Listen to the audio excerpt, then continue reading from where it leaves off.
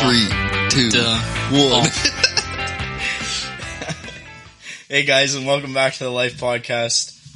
If you didn't hear that already, we have a special guest tonight. We had him on weeks before, Brandon Landry. We're absent of Jacob tonight. He couldn't make it for personal reasons, so we're just going to go on without him and do this episode. I just wanted to announce kind of before that, we have our event tomorrow, Saturday, April 24th. We're going to finish off our Earth Day event, and we're going to meet again at the carpool on Burnham Street.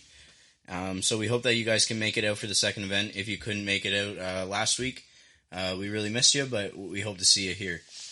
But tonight we're going to be dialing in more on the topic of regrets. Brandon's going to join us. He doesn't really want to have the personal therapy talk tonight, which soul focus. Yeah, the soul focus. But we're going to keep it light and just talk about life lessons. And Nate, did you want to drive home the first question here, bud, or did you want to just catch up first? How did you want to kind of go tonight? Yeah, we can just catch up. So I know it's been a minute. Yeah, you've moved back to Coburg now at this point. You're still in Brockville. I mean, recorded the first one. So how have you been liking being back home?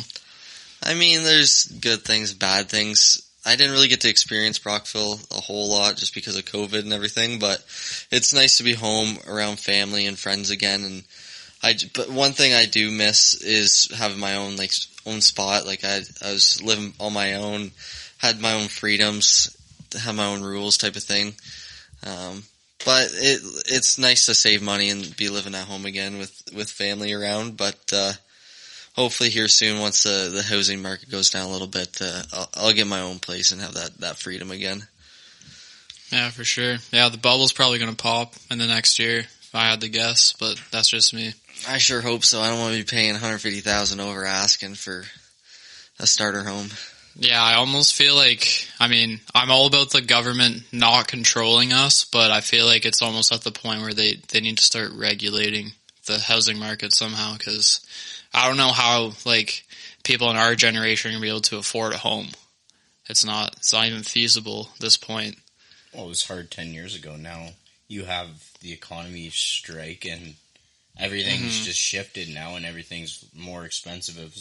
We've mentioned that a little bit in the past before, just how much more expensive everything is right now. And it's just crazy. But we wish you the best of luck, and you can always move in with us. It's just weird too. It's just crazy to think we're getting to the age now where we're sort of, I wouldn't say settling down, but settling down, if you know what I mean.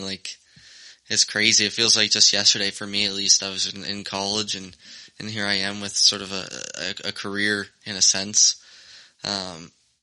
Looking to buy my first home. It's just crazy to think about.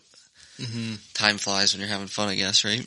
Oh yeah, always. Yeah. Speaking of having fun, did you want to talk a little bit about our friendship, or do you want me to kind of dive into that? Because we've had quite a long history with playing sports and school and stuff like that. So I mean, you can dive in, and I'll sort of comment on some things and add my own little.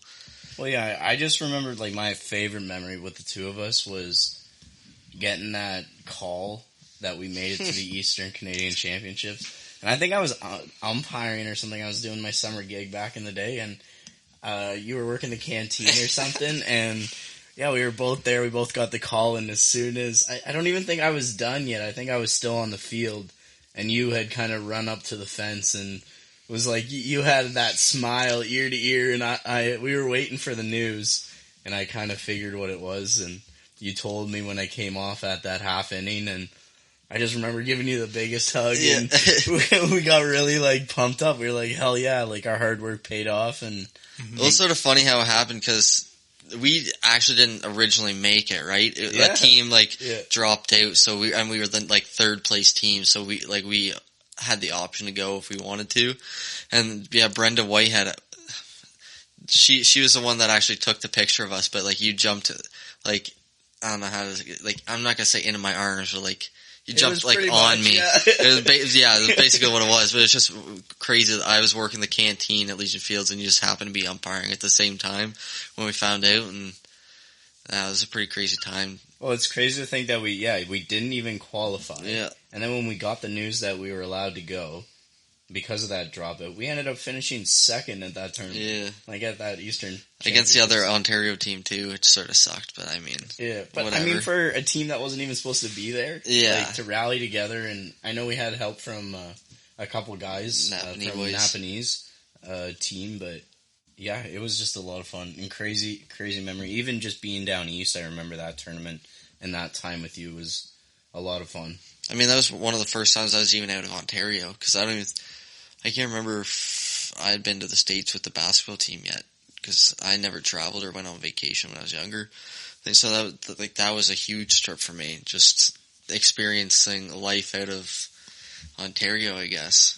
And I mean, it's still in Canada, but it's still gorgeous compared to what I'm used to in little small town Coburg here, you know? Oh yeah. I mean, we have a nice beach, but you can't get too lost here. Yeah. That's for sure. There's not a whole lot going on, but it's definitely, like you said, it's a nice place to live, and it's quiet, I guess, if you like quiet. Oh, it's pretty much just like people that grew up here. I feel like it's the same for anyone that grows up in a small town. You want to get out of it and experience the rest of the world a little bit. But there's definitely still a lot of people our age that are back in Coburg, because, I mean, especially people that are our age that have just finished university in the past year, and then everything happening with COVID and stuff. So they don't really have anywhere else to go, almost some people. Yeah, they have that sense of being trapped right now. Yeah. Mm-hmm. And like you said, the starter homes are crazy expensive, so it's like, where are they going to go if they want to be on their own? Mm-hmm. They're going to buy maybe around here because it might be a little cheaper away from the city, but yeah, it's tough. It's like, and that's why I've kind of chosen just to hold tight at home right now. It's like there's no sense in spending money if not a lot of money's coming in right now, right? So yeah, and that's another thing that I have on my mind too. Is like, do I want to stay in Coburg anyways?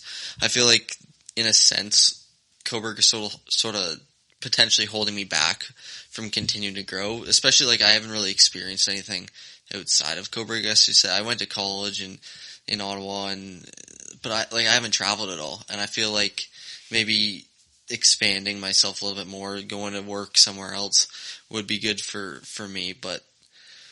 And you just got this gig. Yeah, exactly.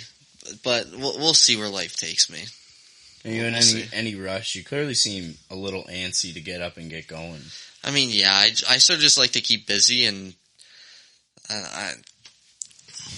I'm not in really, like, too big of a rush, but I am in the same time. Like, I don't want to waste time. I feel like I sort of already have done that a little bit by, like, dropping out of school once and then going back to school and working at CJ's for, I don't know, 5 years or something like that. I mean, I'm only 22, turning 23, but I don't know. I have a long life ahead of me, so I shouldn't rush it too much, but I don't know. I sort of want to figure things out sooner than later. That's just sort of how I am, I guess. Kind of like when you're a kid and you just want to be an adult. And then when you become an adult, you just want to have your own shit. You want to have your own place. You know, you want to start that life and settle down, like you mentioned. And it's crazy how much you rush things when you can really just sit back in the moment sometimes. And it's not a waste of time, you know. It's just a processing moment, if you want to call it. And just lessons to be learned, basically. Yeah. Really.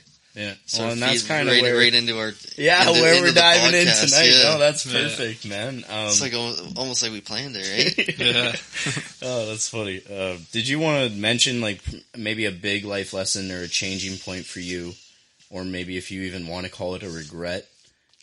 I know you mentioned this topic and you were pretty excited for it, from what I've heard. So honestly, it was just not enjoying life while I was still young. Like, one of the things my parents always told me growing up was enjoy life while you're young. And I sort of took that for granted. I mean, don't get me wrong, I'm only 22, I'm still very young, long life ahead of me.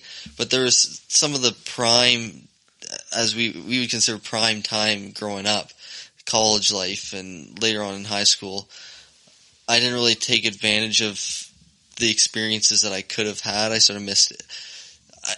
I don't want to say missed out, but I'm going to say missed out on things, whether it's going for drinks in Ottawa or something along those lines. I sort of skipped out on it because I was focused on like bodybuilding, for example, or I mean, it was sacrifices that I needed to take, and like I said prior, to sort of like grow as a person, I guess you could say. But it's definitely, looking back on it, I probably would have done things differently, but I try not to dwell on the past. It just brings you down, and I think y'all already know I'm a pretty positive person, or I try and be pretty positive all the time. I'm not perfect, and we all have our moments of being down, but it's just you live and you learn. I say that all the time. I said it a lot last time, and I'm going to continue to say that. And every day, you learn something new basically every day. So smart people do. It doesn't have to be like a huge lesson. It's small things count too, right? Mm-hmm. Yeah. Every day's a new day, and every day's a new day to grow as a person. So exactly. You mentioned that you were in the middle of the grind right now of your nutrition and your workout and everything that's going on. And yeah, what would you give yourself? I guess if you were to give yourself any advice as that little guy just starting out, what would you give yourself advice right now? Like, what would be different that you can do different now? See, it's tough because I even have friends that like, they're not like, I wouldn't say they're into bodybuilding as much as I am. They just want to be like fit and stuff like that. And I catch myself like giving them like they had a cheat meal and they're sort of like freaking out. And I catch myself like giving them some advice that I don't even listen to myself that I should. Like a buddy of mine, it was his birthday and he had some cake. And he told me he went up a few pounds. I was like, man, like it's one day, like it's not going to make or break you. Like I guarantee it's just a bunch of like water weight. Like enjoy these meals and just enjoy life. Like you'll be fine. Like just get back on track the next day. And then here I am like, what the heck? Like I don't even like, I should be listening to myself talk here. Like I should be taking my own advice. Yeah. I mean, right now, because like I'm 10 weeks out from my show, like I'm obviously not going to go off plan. Like I'm going to follow my plan, but when things are less strict in my like regimen, like in off season per se, like not to get so down on myself if I have like an off plan meal, you know? Yeah, if you have a beer with the boys or you go out, like you said, that you missed out on. Exactly. And like that's something, even just like the past several months, like a lot's gone on in my life that has made me really mature as a person. I and sort of learn a lot about myself too. And it's just like continue myself. Just like, come on, enjoy life a little bit. There's a time and a place to be super strict like I am right now and be super focused. And there's also a time where it's loosen up a little bit. Don't be so like uptight, and you know, you just gotta sort of chill out. And if there was cameras in here, you'd see me like shrugging my shoulders and just like being loose, you know? So you just gotta, it's hard for me too because of how like strict I am at times. It's got me to this point. So maybe like some people like myself need to go through that to sort of learn, like I said, loosen up a little bit, but you can hang out with me for a little while. I have that loose regimen, I guess. I like to keep it pretty chill. I mean, don't get me wrong. We all like to get on that work grind and get going, but there's that place in that time, right, where you need to balance, like you said, being strict and having a little fun. Yeah, and that's another thing, like nutrition too, for example, is a good one. Like balance, moderation. Like I took it to the extreme, and it was a detriment to my own mental health. If I did have that like off-plan meal, I'd be super down for like not even like an hour or two. It'd be like a couple of days, and like my mental health declined.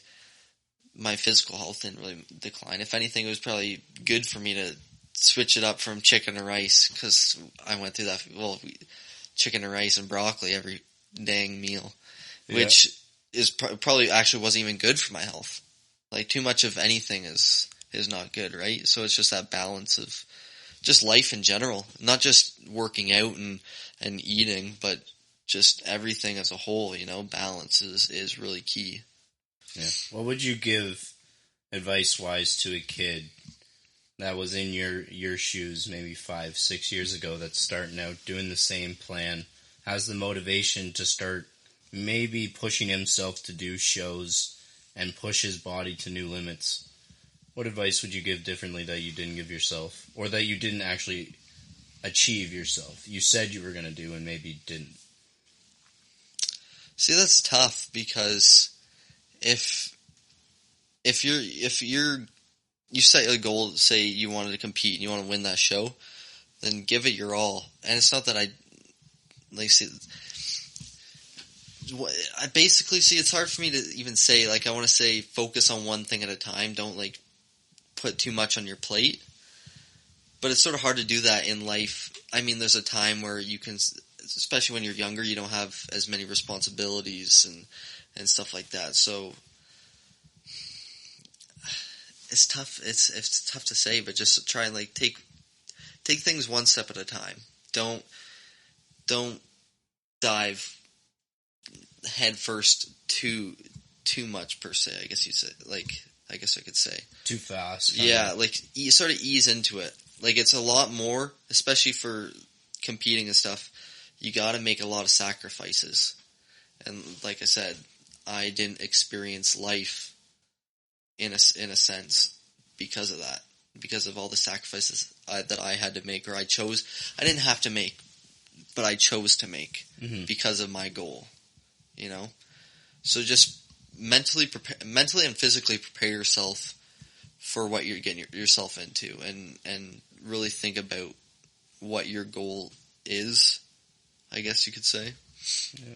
Kind of realize that it is a grind, because look at you now and you're still in it. Yeah. And you're still pushing yourself to even new limits that you didn't think you were even going to get to 5 years ago. Yeah. So yeah, take it day by day is really good advice. And it's you don't really realize how hard it actually is on you, both physically and mentally, until you do it, right? Yeah, until you're head first in it. Yeah. So, but again, it's hard to say, really. Just one step at a time, I guess. Oh, that's good advice, man. Nate, do you got anything for him on that kind of topic of lessons? Yeah, I was kind of thinking when you're just talking about getting into the bodybuilding and stuff, if you're planning on doing a show, I would probably recommend, I haven't done one myself, but I would say kind of ease into having a bit of a stricter diet before you go on your full-on plan, because if you're kind of just eating like shit all the time and all of a sudden you go to pure discipline, not very many people are going to be able to actually stick to that, and then when they don't, then they beat themselves up for doing that. So I think, yeah, just like you were saying, ease into it and don't beat yourself up about one cheat meal and stuff like that. I'm not a nutrition coach or trainer or anything like that, and even the people that don't even plan on doing a show and they just want to become healthier or more fit in a sense. The reason why, I wouldn't say the reason, but a lot of people fail because they go too deep too quick, and it's just not sustainable. Mm-hmm. Even I know people that, for example, trying to quit smoking.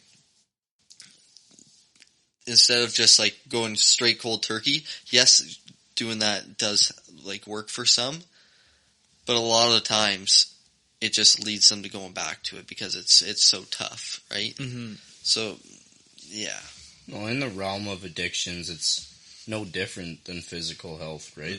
Or pushing yourself in that physical health area. I mean, you can say you want to eat chicken, rice, and broccoli, 3 times or 2 times a day for 7 days in a row a week, and sometimes you want a slice of pizza, or sometimes you want chicken wings, or whatever the craving that you have is, right? And to push yourself back and mentally shake yourself will be more detrimental in the long run, because you will continue to cause yourself, more self-harm by negatively talking about yourself and bringing yourself down constantly.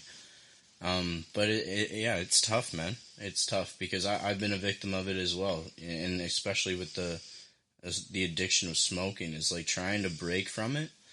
It's like a ripping skin off, like sometimes it's like you itch until it doesn't hurt anymore, and then you realize there's blood, kind of deal. And it can get that bad, and just by pushing yourself, I guess, and like cold turkey, it can be damaging as well. I don't know. It's just for me that's just my personal experience, I guess, with it, which is why I've had a hard time quitting in general. It's just you get to a certain limit where you're doing really good. You're going 2-3 days without a smoke, and then all of a sudden you have that slip up or something. No, not even. Yeah, it could be a slip up, or it could be just something that happens in your day and it just shakes you. And you just go to yourself, oh, I'm itching now for a smoke. I'm itching for that edge off. And you look back at it, 2-3 days later, and you're like, oh, fuck, why did I do that kind of deal? Like, I was so close to getting past that itch, that edge of wanting to go further, and just get clean. And it's the same thing. Yeah, that's kind of the comparison I'm trying to make with your nutrition as well. Same things that you can cause, so... I don't know. I appraise you because I can never do this, or applaud you. I can never do this. Push myself. At least I don't think I can. Yeah, I wouldn't say never. You definitely could do it. You got to realize it's going to be more than probably what you think, but you can do it if you put your mind to it, for sure. I have no doubts. I think with that too, you have to want to do it too. Like, if you're not motivated for bodybuilding, you're not going to be successful. I think that goes for anything in life. If you don't really want it, then you're probably not going to be able to achieve that. And even sometimes when you do want it, it's a lot tougher than you think. Mm-hmm. Well, it's not even necessarily wanting body or that bodybuilding physique. It's on that other side of just getting healthy and getting fit. I think most of us can say we're all motivated to be healthy and fit. And whether or not we execute that motivation or not is completely up to that person. But I think that's where I'm more at, is that battle with the self. Is you'll work out a few times a week and you think you're doing really good, and then there's that, I guess, that thought in the back of your mind that people are pushing themselves harder, and you want to push yourself harder because you're capable of it. It's not necessarily a competition between others. It's just that competition between self. And that, again, can be challenging at times. No, for sure. When you start comparing yourself to what you once were, because I think we can all say we were stronger, we were healthier in high school when we were doing sports and we were constantly working out, and that was our life. That health and fitness was our life, which is why you aspired to be personal trainer at that time, and which is why I went into that health and fitness promotion field. It was very much part of our grade 12 year and part of that post, summer, I guess. Mm-hmm. But another sort of regret you could say, I could say, is I didn't take sciences after grade 10. See, I wish I was into working out and like knowing more about the body back then, because I feel like my life and career path would have been so much different. I probably actually would have went to university for kinesiology or health or something along those lines. But you didn't miss much. But the reason why I didn't was because I was lazy and I didn't want to put forth the effort. And I just told myself, I just sort of lied to myself and told myself I just wanted to go to the business route. So I didn't take sciences, and I convinced like my mom and the teachers that I didn't want to take science. It's kind of funny because I took the sciences at first, and now that's kind of where I'm at with flipping opposite to you. Is I'm going down those business streams now, and I'm starting to learn all this new shit, and it's like, I don't know if I'm there, because I didn't really accomplish the science thing either, if we're being honest. But I don't know.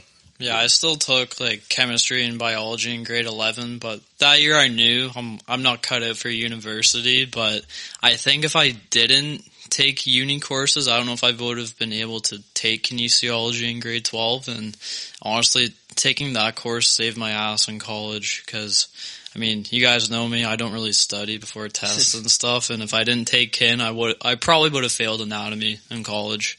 So it's a tough course, whether you're in university or college. You have to come prepared for sure. Mm-hmm. And I told that to your sister when she was going into it as well. Yeah. You know, I was like, here, have all my textbooks and shit, because you're going to need it, kind of deal. Yeah. It's just crazy what the body is so interesting, and every body is different. It's weird how one thing works this way in one person is exactly different. Yeah. In Everyone else, has their own unique physiology, and, like genetics and stuff, and that's what's kind of frustrating about everything that's going on right now. Is they're using a one size fits all approach, and that's just not. It's not a mature way to treat health. Straight up, it's really not. Yeah, but I mean, we could talk about that all day. Oh yeah, we we're going to in a couple weeks. Maybe we'll make it a 10-part episode. Who knows? Yeah, he just wants to get a lot off his chest. Oh yeah. 10 out. And you can feel it. Like I'm going to destroy the narrative. The nuclear tension. Yeah. Yeah. No, for sure. I don't know. Do you have any like major regrets or life lessons that you like absolutely screwed up on, and it was like, yeah, I'll never do that again? Before you get into that, before you get into that, I just want to say, like, I don't like to consider I don't like to use the word regrets, because if you take something away from it, then it's more of just like we were saying, it's a life lesson. Mm-hmm. Regret's sort of like a negative term. Yeah. If you could take it's you turn it into a positive by taking something away from it. Mm-hmm. Yeah, it's like I did that in the past. I would not do that, or I would do that differently in the future. But if you didn't have that experience, then you wouldn't gain the wisdom from having done like something stupid. Exactly. You can regret something though by not being through that yet. What do you mean? Everybody has a time period where, like, let's say for instance for grieving, it's like you regret not doing things differently, or I personally regret not doing things differently with communicating with my grandfather near the end of his life. Like, I can honestly say that was a regret. Like, we had this thing where he would call me every Friday, and that would be my church service, because I didn't go to church up at school. And that was my way of reconnecting and stay connected with God. So I was very much in tune with the conversation with him, and because we related, we hit it off. And that was a conversation I loved having all the time.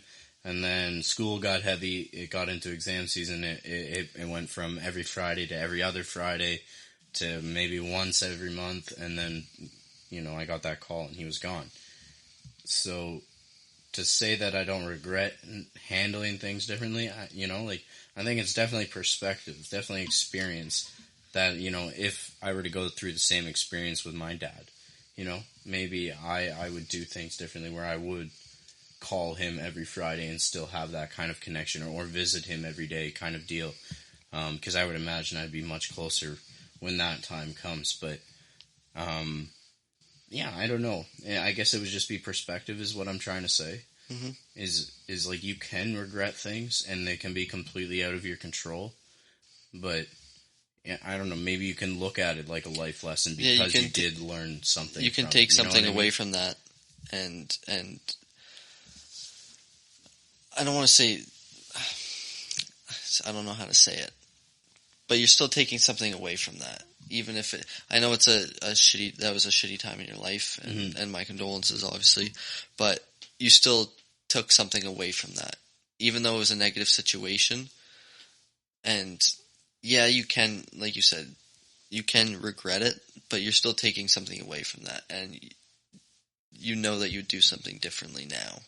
Where if, say, that didn't happen, you wouldn't have taken anything away from that. Yeah, it's almost not like not dwelling on it. Yeah, but like you said, it's perspective. Yeah. Mm-hmm. Well, yeah, you still gain wisdom from the experience, I think. Yeah. Everyone gains wisdom from shitty experiences, I know I guess things that I would do differently now would be pretty much a lot of things in high school, a lot of different aspects, and So, like, what's one of your biggest life lessons that you? Oh. Look at him asking the questions. Yeah, taking over. Yeah, I know. Like, I love it. Co-host Brando. Yeah. Well, none of the other boys do it, so it's like, I shouldn't say never, but never we say sometimes. Never ever. Yeah, I'm thinking. Pick it up, JB. Yo, that movie was fire though. Come on, it was like what 2010 or something, like Karate Kid. That was a good movie. Jaden Smith, love that. That song was in it, though? Yeah, that was in the soundtrack. I mean, I'm pretty sure it was during the credits, but yeah, I'm pretty sure it was in the credits. Because I listened to that song, I could probably, if we were playing, I would sing. JB fan. Hell yeah. Hell yeah. I'm a believer. What, believer? Believer? Is that what it was? That's funny. But yeah, for me, I would say back on track. Yeah. Maybe not being so quick to trust people in certain situations, like just knowing that not everyone actually has your best interest at heart, and just being more cognizant of that. Like I was always fairly good at kind of spotting it, but then also that part of me didn't want to believe that a person would do that to me, kind of thing. So that would just prevent me from, getting screwed over a little bit less, I guess. But yeah, I would definitely approach well, you've been backstabbed quite a few times, or you were backstabbed quite a few times. Even I can remember those experiences. Yeah. I get fired up just thinking about it for you. Yeah, I know. Yeah. Like Karate Kid comes out of me now. Yeah, it's like I've forgiven all those situations, but it's definitely just knowing there's just a lot of snakes in the grass out there. And you'll forgive them because I have you'll forgiven never them. It's like forget. I'm not. Yeah, exactly. Like I don't have any energy towards those situations anymore, but I will never trust those people again. Mm-hmm. Why would I? It's like there's billions of people on the planet. I don't need to go back to people that fucked me over just to show them loyalty they don't deserve. Trust is a difficult thing to comprehend. Yeah, and it's like how much of your energy, how much of yourself are you willing to give up to reconnect or rebuild a relationship with someone that may not even earn it or deserve it. Yeah. So that's a very difficult thing to comprehend. And like you said, you don't spend that time dwelling on that negative energy, which is really important. You're focusing your energy on things that are good for you and that will benefit you in the long run. So you're doing the proper things in healing, I guess. The only things that I like, the only thing I would recommend is never not going back to that situation. You have to close the book. In a sense, whether it's closure with that person or an apology on the other end or whatever the circumstance is. You have to be able to close that book because you can cause more damage to yourself in the long run by keeping all those wounds open, right? Mm-hmm. Because now you're taking that approach of never trusting anybody the same way. No, it's not that. It's just I know that I'm just more cautious of trusting people early in a relationship, and I have closed the book on all that stuff, but it's also at a certain point. An apology is empty words, to be honest. It's if it's years after the case, it means fuck all, to be honest. Well, especially if their actions leading up to that apology have shown nothing, towards their forgiveness. Yeah, it's just them saying it to make themselves feel better about being a shitty person. Mm-hmm. Yeah. And that's very much the case in a lot of situations, so.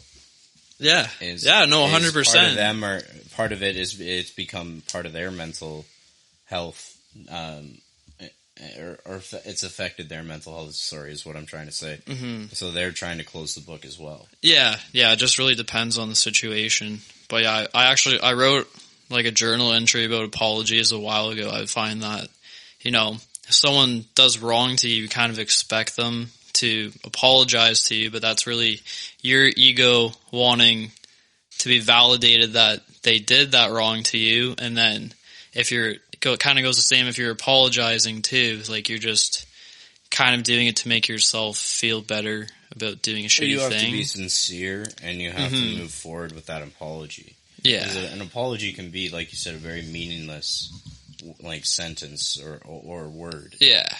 But if you're sincere about it, I've seen people apologize, and I've seen people rebuild relationships because they truly were wrong. Were in the wrong. Yeah. And they felt, like they had damaged something, and they never meant to. It's the actions afterwards that count. Absolutely. Yeah, if you can say, I am sorry, or my apologies 1,000 times, but if you don't do anything afterwards to show that you're, like you said, sincere about that apology, it's just words. That's all it is. Exactly. Mm-hmm. It's the actions afterwards that count. Actually attempting to make a change afterwards. Mm-hmm.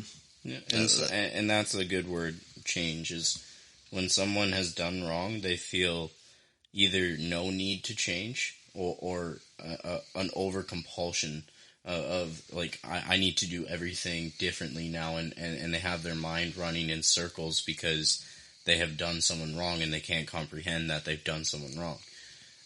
Believe it or not, there are those types of people that worry about those fine little things. Mm-hmm.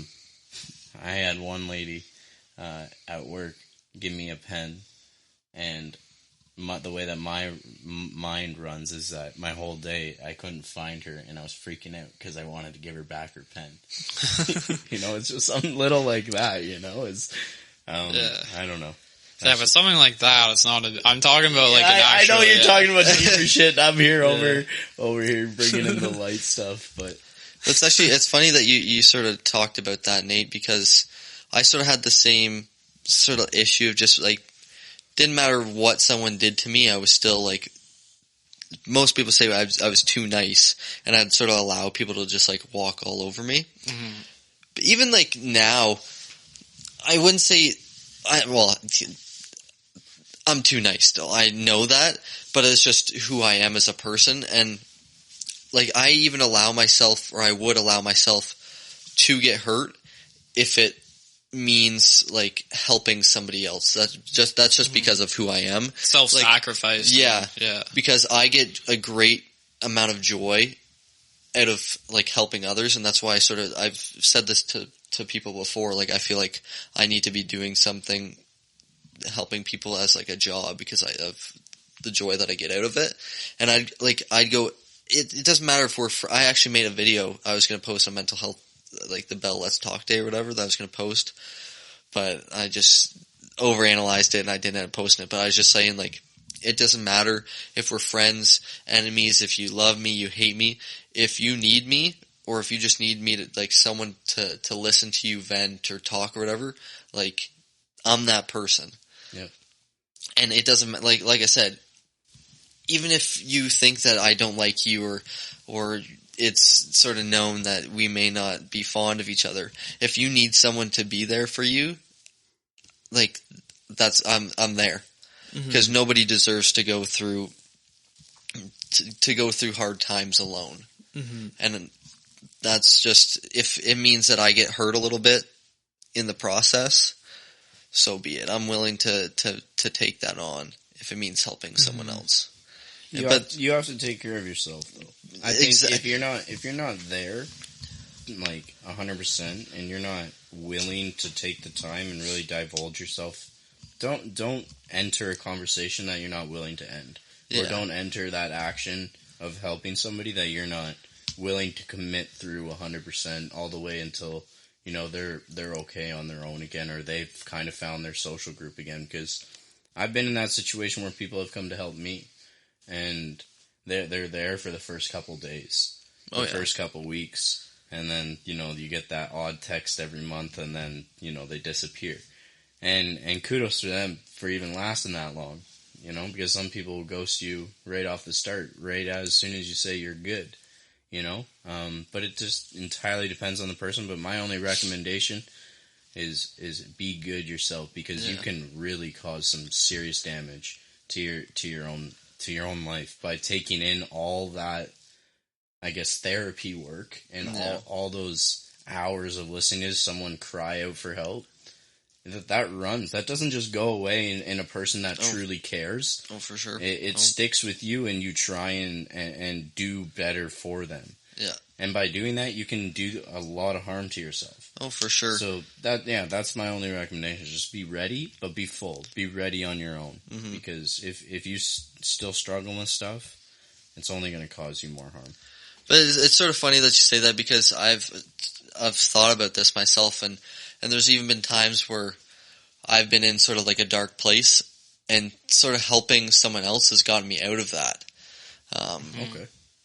Just like I said, being able to, like, I don't like to put my own issues onto other people. Like, sometimes that's needed, and like that's what I need as well. Mm-hmm. But there's been own situations where I've been in a dark place, or I don't want to use the word depressed.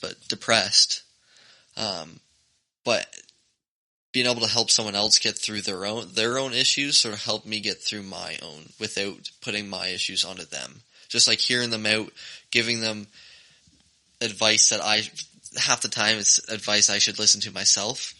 Mm-hmm. It helps me get through my own issues too. Mm-hmm. I think almost like that, it was a sense of not being alone in that moment, of being alone in your time of darkness. Mm-hmm. So you didn't even have to get that stuff off your chest because somebody was pouring the same stuff onto you.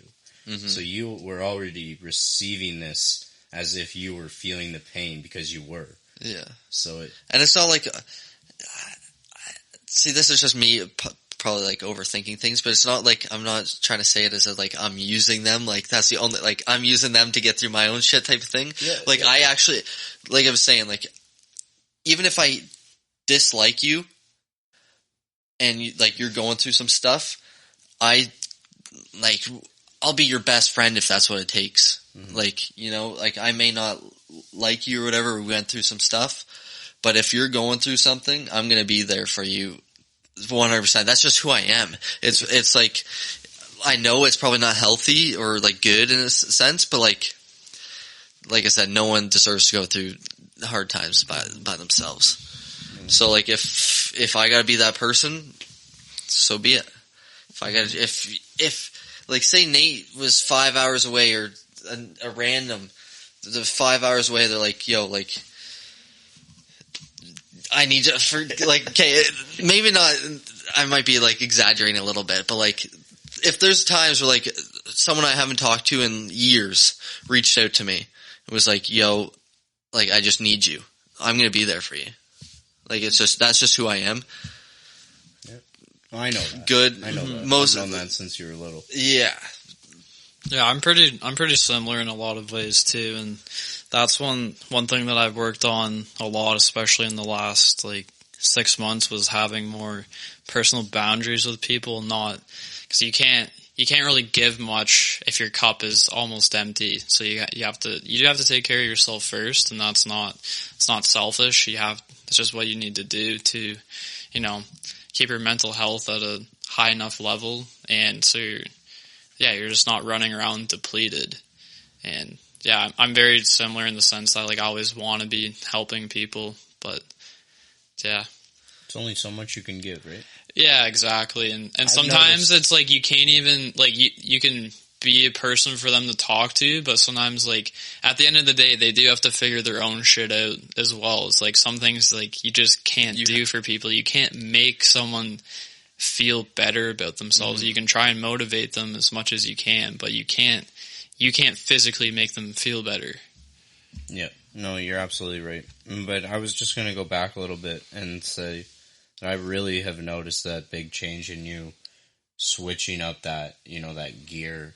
I don't know, just like you said, in the last 6 months, you've really kind of changed that perspective, and, mm-hmm. and it's reflected though. Yeah. It is being reflected on your relationships and stuff, which is good.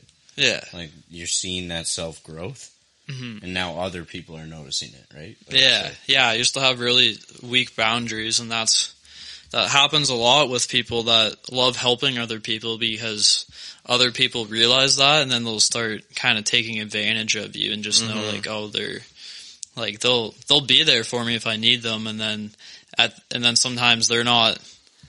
Like, it's not necessarily that you need their help, but it just becomes a one-sided relationship, and that's not really healthy. And sometimes, like, I don't know, it can just be, like, petty shit. And it's like, I can't help you with that, man. Like, I'm done helping you with that. You need to figure something out by yourself at this point.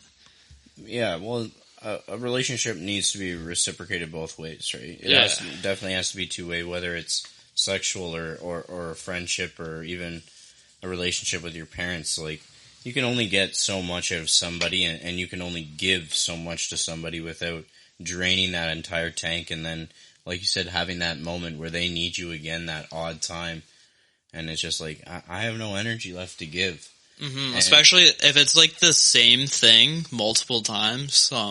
I know, Brando, you may kind of know what I'm hinting at talking about this a little bit with a specific person, but it's like the same thing over and over, and it's not really important. It's just kind of to appease their egos. Like, man, I've been your cheerleader before, but like, I'm not going to keep doing that. You need to grow up a little bit. Yeah. I'm not going to disagree with much there. Yeah, I'm not trying to sound like an asshole, but it's just funny because I'm such a shy person even right now. But if, like, someone else was to reach out to me, like, I become it's weird, like, that shyness sort of disappears. Mm-hmm. You're a very fight or flight kind of reaction type person. Like, when you're put in those situations, you just react. Yeah. And there's no time or, there is no time for shyness. If I have time to think, that's when I overthink.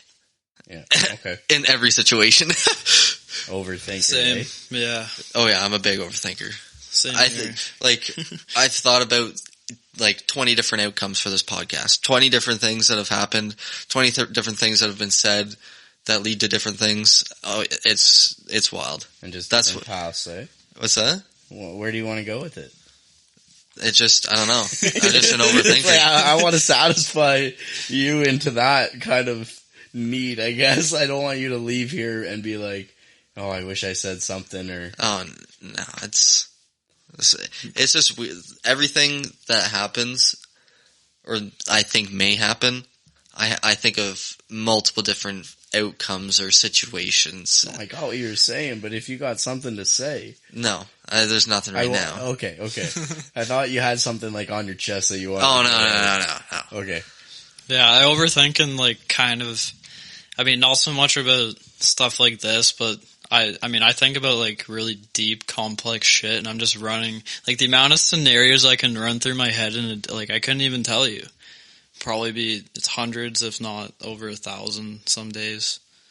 I don't know when in my life it just stopped happening, but I used to be brutal for it, overthinking everything, especially in high school in my first relationship, and there was just a moment, like, and I don't remember, it was just one day I was an overthinker, and the next day I just wasn't, and I have not overthought a lot, like, many things. I can say there's a few things that run through my mind where I'm like, okay, that's a little iffy, I'll reevaluate it, but, or that doesn't, click with me, but, yeah, I can't really say that I overthink now. I don't know when that switch kind of happens, so I'm kind of hoping for you guys that you find that eventually. I was actually just thinking about this. I think it's mostly judgment of other people that makes me overthink. Like, I'm trying to think of an example. Like, say for work, I had to go do this task. Well, like, if I did it, like, this way, his thoughts are going to be like this. If I did it this way, if I fucked up, he's going to think I'm an idiot. If I did it right, he's going to think I'm smart. Like, that stuff. For me, like, thinking about it now, it's just, like, the judgment of others. And I think it's just, like, I mean, I shouldn't say it's as, like, super bad. Like, I do overthink. But it was more, like, it was probably worse, like, a few years ago when I was super insecure. I mean, I sort of don't give a fuck anymore. I mean, at times I do, but other times I don't. It all depends on the day, I guess. How I'm feeling. Yeah, same. Honestly, the same. Okay, today I give a fuck. It's today I don't. Well, it's just some situations and some things. It's just like, I mean, it's weird to say that like not giving a fuck is almost a mature thing, but like in some situations for me, it is. It really just depends what it's about. Like Yeah, that was me in high school. exactly. Was like I didn't care about all that like petty drama and shit that a lot of people cared about. It was like I just don't care. Like you can't make me care. I never have. I never will. That was the same thing with like being in school. I never cared about it because I didn't think it was teaching me the things I needed to be successful in life. Yeah, it was which already right off in your mind. Yeah, and that was me from like way back. That was, I don't even know, man. I mean, I hated school from kindergarten. So naive about girls too. There were so many girls in high school that were all over this. You know, they loved his long, you know, Goldilocks, the hockey flow, and that was the big thing. All the ladies loved your flow, and they all said you had nice. I think was it eyebrows. Yeah. I got in grade 12, like, I actually started getting random compliments about my eyebrows. Your Like, eyebrows are so attractive. So damn naive, though. It was ridiculous. He just didn't care enough about so I'm speaking for you a little bit, but he didn't care enough about the drama to dive into that, which maybe you avoided a bad relationship down the road, or I don't know, but there were times where you could have definitely been in one. Yeah. Or opened yourself up to that idea when we were all kind of, like, when you were dating Danny and I was dating as well. No names. Not Danny. Danny. We're not dating Danny at the same time. Yeah, no. But yeah, I remember in like grade 9 and 10, like I talked to a friend, a friend of Danny. I did like talk to girls and shit, and then in grade 11, I had the mindset like I don't give a fuck this year. I'm not talking to girls. I'm just not gonna bother, and I didn't. You're thinking way ahead. I was thinking grade 12. Yeah, then in grade 12, then I was talking to someone I was interested in.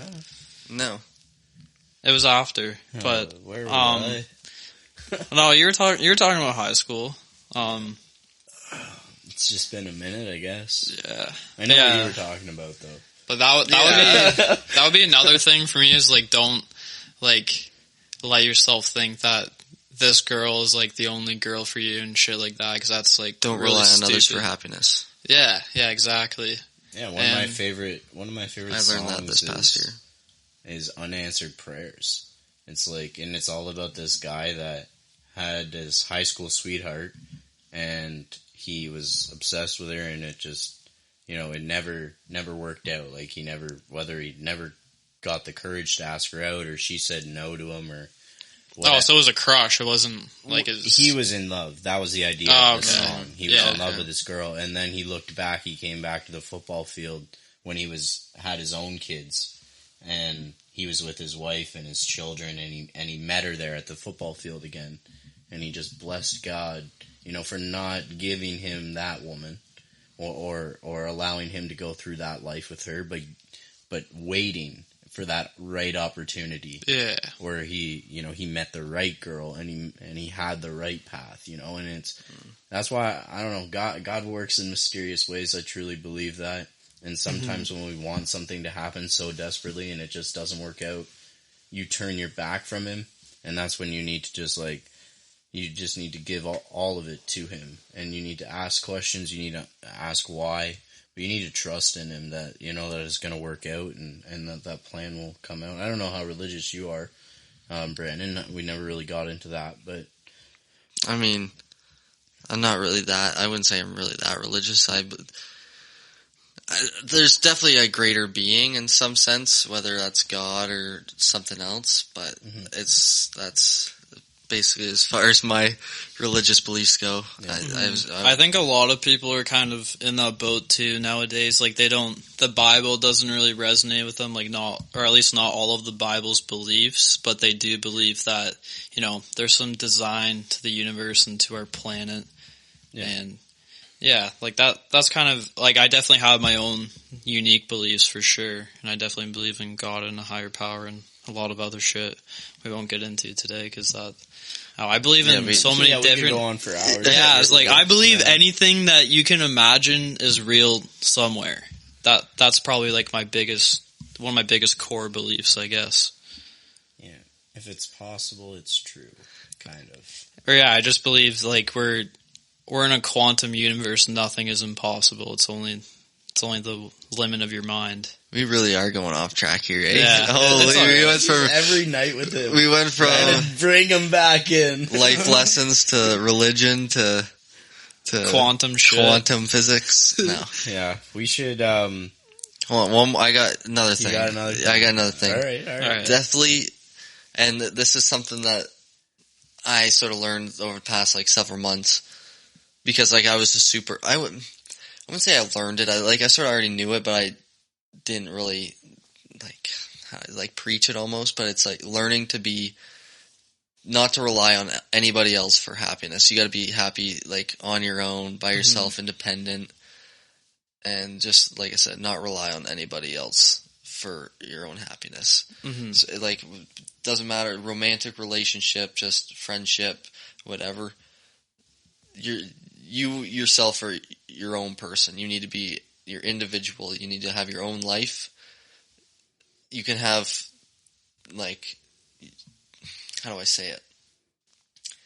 You need to have your own life. It can be shared with someone else, but again, you need to have your own time. Exactly. And absolutely. It's like meditation, taking that time to disconnect from reality so that you can heal yourself and you can tune back in what's important.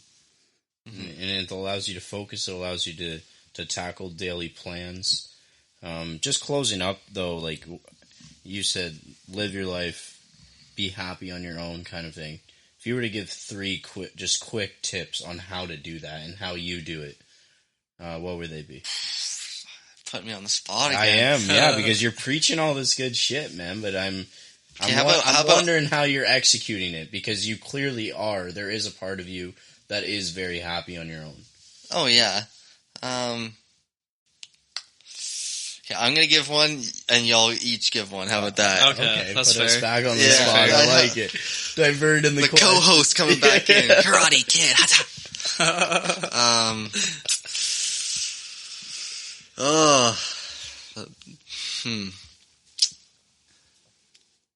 Figure out what makes you happy. That's gonna be my one. Doesn't matter what it is, as long as it's nothing illegal, you know. Like, I mean, as long as it's not hurt anybody else. I mean, maybe, but figure out what makes you happy and what brings you happiness in life. For me, it's like getting out, going for a hike, or working out, or just, you know, your hobbies. Yeah, exactly. And really figuring pass the time. Yeah, you want to be able to enjoy them. Yeah, no, that's a really good one, and one that not to say that you stole it from me, one that I like to practice as well, because I'm a big hiker, and I'm a big guy for the outdoors. So, like, spending your time in those situations where you can really just take it all in. You know, whether it's taking off your shoes and rubbing your feet through the dirt or whatever, and just reconnecting with the earth or whatever. But if you're gonna take that one, I guess I'll go with Yeah, see, yeah, that was a good one. Yeah, Zach, I'm gonna go with healthy communications. Explain. If you don't have that person, and I've preached this before, if you don't have that person that can help you when you're doing like rough, then it's tough to be good on your own. And it's like, I don't know. You can be on your own, you can be healthy on your own, you can find those ways of being healthy on your own, but you need healthy communications, because we're very social being. So, I mean, I think it depends on the person too. Some people are more introverted and prefer to be on themselves, or by themselves, sorry. But even so, you need communication. You still need human interaction. Yeah, for sure. to grow. Yeah. So I guess that's kind of the point I'm Yeah. kind of driving that perspective, because I know it's like, well, how do we be healthy on our own? We go to other people. Is like, well, that's not really what I'm trying to say. But we learn from other people, and we can really adapt to new environments. So don't be afraid to have healthy commitments or relationships with others. Oh, for sure. So I guess for me, I'll say Yeah, it's kind tough. of That's right. give your life purpose, That's a good set one. goals, set achievable goals, and start working towards them, because I think that's a big thing for mental health. If you feel like you have no purpose on this planet, then you're not going to have happiness, I don't think. So yeah, and it could be something as simple as, just treating others with kindness and love and respect. If you're doing that, then Amen. yeah, brother. Amen. you're doing something right. Brother man. So yeah. This guy's just mocking me now. We're closing it up. All right. If you guys haven't checked out our website already, loveisforeveryone.ca. We're officially online, so you can check out our merch. You can check out our upcoming events. And you can also find a link to this podcast here as well if you want an easier access to listen to us. Also check out our Instagram at loveisforeveryone2021.